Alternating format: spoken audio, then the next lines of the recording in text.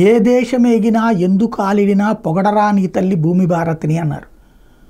దేశాన్ని పొగుడుతున్నారో లేదో తెలియదు కానీ దేశానికి మాత్రం విదేశాలకు వెళ్ళి ఉద్యోగాలు చేస్తున్నటువంటి వాళ్ళు, వ్యాపారాలు చేస్తున్నటువంటి వాళ్ళు మన దేశానికే ఆదాయం పంపిస్తూ ఉన్నారు అన్నటువంటిది, అది భారీగా పెరిగింది, 10 లక్షల కోట్లకి చేరింది అన్నటువంటిది ఇప్పుడు ప్రపంచ బ్యాంక్ నివేదిక.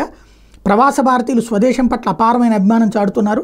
కష్టాతీతాన్ని తాముంటున్న చోటే దాచుకోకుండా స్వదేశానికి పెద్ద ఎత్తున పంపిస్తున్నారు. స్వదేశంలో ఇన్వెస్ట్ చేస్తున్నారు. మాతృభూమికి నిధులు పంపించడంలో రెమిటెన్సులు ప్రపంచ దేశాలను ప్రథమ స్థానంలో నిలుస్తున్నారు. 2023లో $120 బిలియన్ అంటే 10 లక్షల కోట్లు సుమారు రెమిటెన్సుల్ని భారత్ అందుకున్నట్టు ప్రపంచ బ్యాంక్ తాజాగా ప్రకటించింది. అదే ఏడాది మెక్సికోకు వెళ్ళిన $66 బిలియన్ రెమిటెన్సులతో పోల్చి చూస్తే భారత్కి రెట్టింపు వచ్చినట్టు తెలిపింది.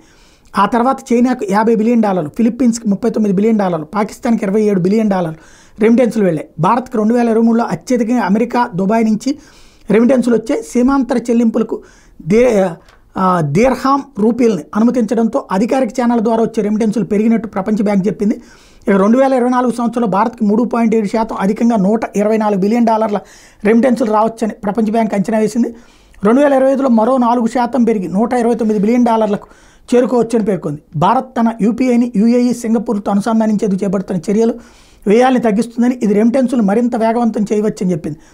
వలసపోవడం, వారి ద్వారా స్వదేశానికి నిధులు తరలింపు అన్నది ఆర్థిక మానవాభివృద్ధికి అత్యవసరం ప్రపంచ బ్యాంకులో సామాజిక పరిరక్షణ విభాగం గ్లోబల్ డైరెక్టర్ ఈ సందర్భంగా ప్రకటించుకొచ్చారు.